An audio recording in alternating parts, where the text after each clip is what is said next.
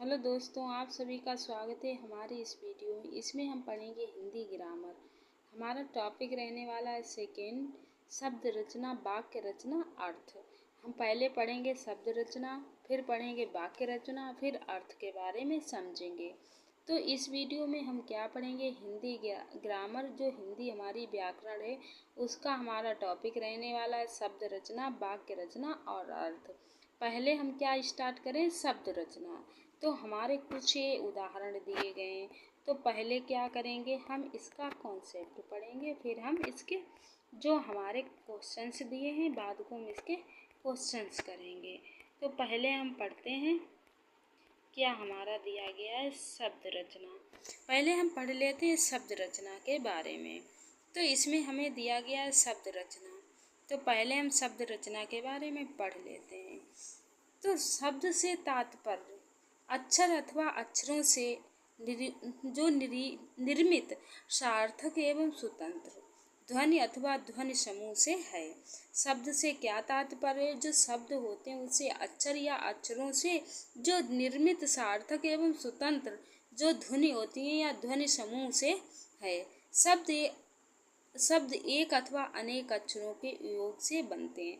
शब्द क्या है, शब्द को क्या अक्षर क्या हमारे होते हैं, का खा गा घा हुए, इसे हम क्या अक्षर बोलते हैं। जो हम एक या दो शब्दों को मिलाकर लिख देते हैं उन्हें हम क्या कहते हैं, शब्द कहते हैं।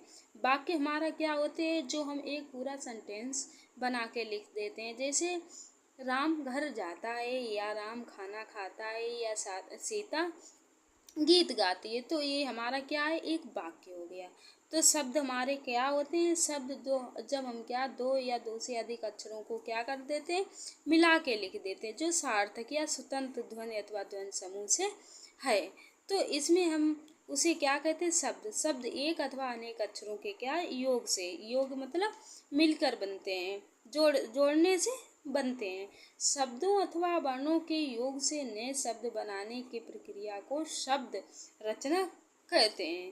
कई वर्णों को मिलाने से शब्द बनता है तथा शब्द के खंडों को शब्दांश कहते हैं। जो शब्द के खंड होते हैं उनको हम क्या कहते हैं, शब्दांश कहते हैं।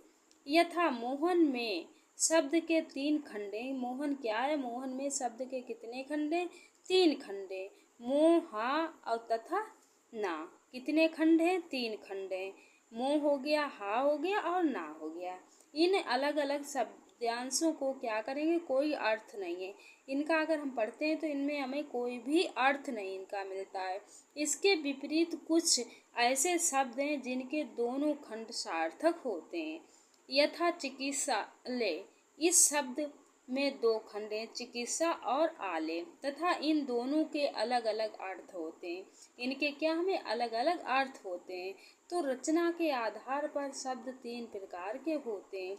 जो रचना है उसके आधार पर पहले हमने क्या पढ़ा, रचना के आधार पर कितने प्रकार के, 3 प्रकार के होते हैं। तो पहला क्या होता है, रूढ़ होता है, दूसरा यौगिक और तीसरा योग अरूढ़ होता है। तो पहले हम रूढ़ शब्द के बारे में पढ़ लेते हैं। रूढ़ शब्द हमारे क्या होते हैं, तो जिन शब्दों के खंड सार्थक ना हो, जिन शब्दों को खंड क्या हो, सार्थक ना हो, जिन्हें हम जोड़ ना सके, उन्हें रूढ़ शब्द कहते हैं। ये दूसरे शब्दों के मेल से नहीं बनते। इन्हें क्या करते हैं, दूसरों शब्दों के मेल से नहीं बना सकते, अतः इन्हें मूल शब्द भी कहते हैं। इन्हें मूल शब्द भी कहते हैं। उदाहरण के तो नाक हुआ, कान हुआ, पीला और आदि। तो यौगिक शब्द क्या होते हैं, यौगिक शब्द ऐसे शब्द जो 2 या 2 अक्षर शब्दों के मेल से बनते हैं, उन्हें हम क्या कहते हैं, यौगिक शब्द।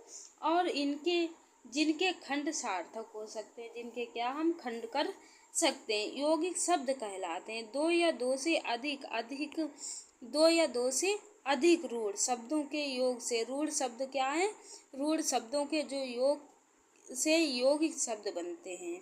तो इनकी रचना 2 प्रकार की हो सकती है, शब्दांश और शब्दों के मेल से।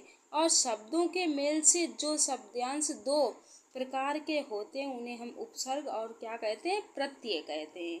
तो बाद को हम पढ़ेंगे शब्द उपसर्ग और प्रत्यय, इसमें समझ लेंगे और हमारा टॉपिक भी है।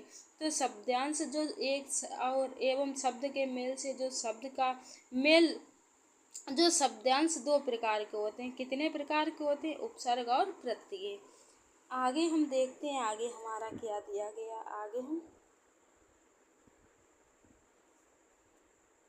आगे इसमें हम पढ़ेंगे। अब हम उपसर्ग और प्रत्यय के बारे में पढ़ लेते हैं। उपसर्ग क्या होते हैं और प्रत्यय क्या होते हैं। तो उपसर्ग वह शब्दांश हैं जो किसी शब्द के पूर्व जोड़ा जाता है। क्या करता है? किसी शब्द के पूर्व में जोड़ा जाता है। यथा विनाश, अनुचर, उपकार इत्यादि। क्या है इसमें? विनाश में बी, और अनु में क्या अनु जोड़ा गया है, अनुचार में क्या अनु जोड़ा गया है, तथा उपकार में उप जोड़ा गया है। इसे हम क्या कहते हैं? ये हमारा पहले जुड़ता है। जैसे हम ऐसे समझ सकते हैं, जिसे हम क्या करते हैं? प्रत्यय को पहले जोड़ देते हैं। उपसर्ग में क्या करते हैं? हम पहले मूल शब्द पहले जोड़ दिया जाता है। प्रत्यय में मूल शब्द बाद को जोड़ दिया जाता है, उसे हम प्रत्यय कहते हैं। उपसर्ग मतलब पहले, प्रत्यय मतलब बाद को जोड़ा जाता है। तो अब हम प्रत्यय के बारे में पढ़ लेते हैं। प्रत्यय वह शब्दांश है जो किसी अन्य शब्द के क्या है? अंत में जोड़ा जाता है। जैसे हम देख लेते हैं सुता, बंदरिया, या खटास, या उभयचर, या चतुराई। तो इसमें इन शब्दों में क्रमशः क्या है? ता आ आया है लास्ट में, और इया आया है। छोटी की मात्रा है तो इया, आस और चर तथा आई प्रत्यय क्या है? लास्ट में जोड़े गए हैं शब्द के अंत में। तो शब्दों के योग से बने यौगिक शब्द यथा घुड़सवार, तीन रात पीला, पन आदि में दोनों खंड सार्थक होते हैं। इन्हें अलग अलग अर्थ होते हैं। अब योग रूढ़ शब्द के बारे में हम पढ़ लेते हैं। हमने रूढ़ शब्द के बारे में पढ़ा, यौगिक शब्द के बारे में। अब हम योग रूढ़ के बारे में पढ़ लेते हैं। ऐसे शब्द जो यौगिक तो होते हैं पर अर्थ के विचार से अपने सामान्य अर्थ को छोड़कर दूसरा विशेष अर्थ प्रकट करते हैं, योग रूढ़ शब्द कहलाते हैं। यथा जलज, जलज बराबर जल प्लस जा, दोनों खंडों का अर्थ अलग अलग है।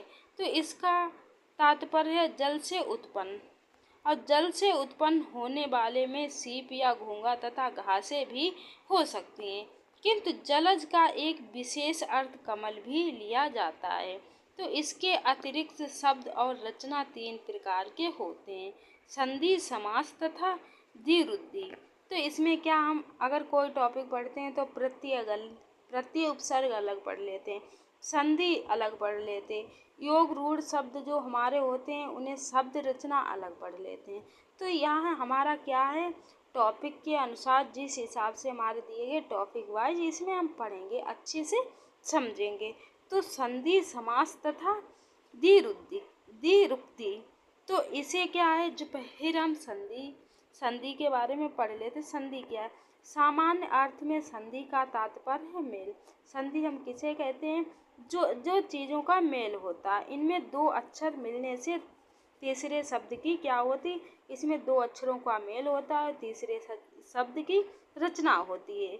संधि निरर्थक अक्षरों को मिलाकर सार्थक शब्द बनाती। जो निरर्थक शब्द होते हैं उन्हें जोड़कर एक शब्द बनाती है। संधि में प्रिया शब्द का रूप छोटा हो जाता है।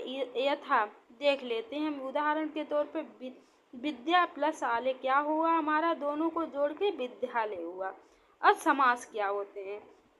कम से कम दो शब्दों से अधिक अर्थ प्रकट करता है समास। समास हम किसे कहते हैं? जो क्या करता है? एक शब्द हमें ऐसा दिया होता जिसके अर्थ अनेक होते, एक या एक से अधिक बहुत सारे क्या होते? अर्थ होते, उसी को हम समास बोलते हैं।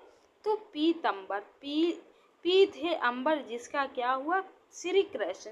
श्री कृष्ण क्या है? जिसका पीता है पीतंबर, पीत है अंबर जिसका अर्थ कौन हुआ? श्री कृष्ण। दुरुक्ति का अर्थ हुआ दोहराना। हम समझ सकते हैं दुरुक्ति का अर्थ हुआ क्या है? किसी चीज को दोहराना, अर्थात एक ही उक्ति के दो बार बार उच्चारित करना। जैसे पानी पानी, पानी पानी, धीरे धीरे, जाते जाते, राम राम इत्यादि हुआ। तो वाक्य रचना अगले वीडियो में हम क्या पढ़ेंगे? वाक्य रचना क्या होती है और फिर इसके अंग के बारे में पढ़ेंगे। आगे जो भी हमारा टॉपिक दिया गया उसी हिसाब से क्या है, धीरे धीरे संज्ञा, सर्वनाम विश्लेषण, क्रिया विश्लेषण, क्रिया अर्थक संज्ञा, वाक्यांश, इन सब के बारे में पढ़ेंगे और समझेंगे। यहाँ पे हम इतना ही रखते हैं, मिलते हैं नेक्स्ट वीडियो और इसके आगे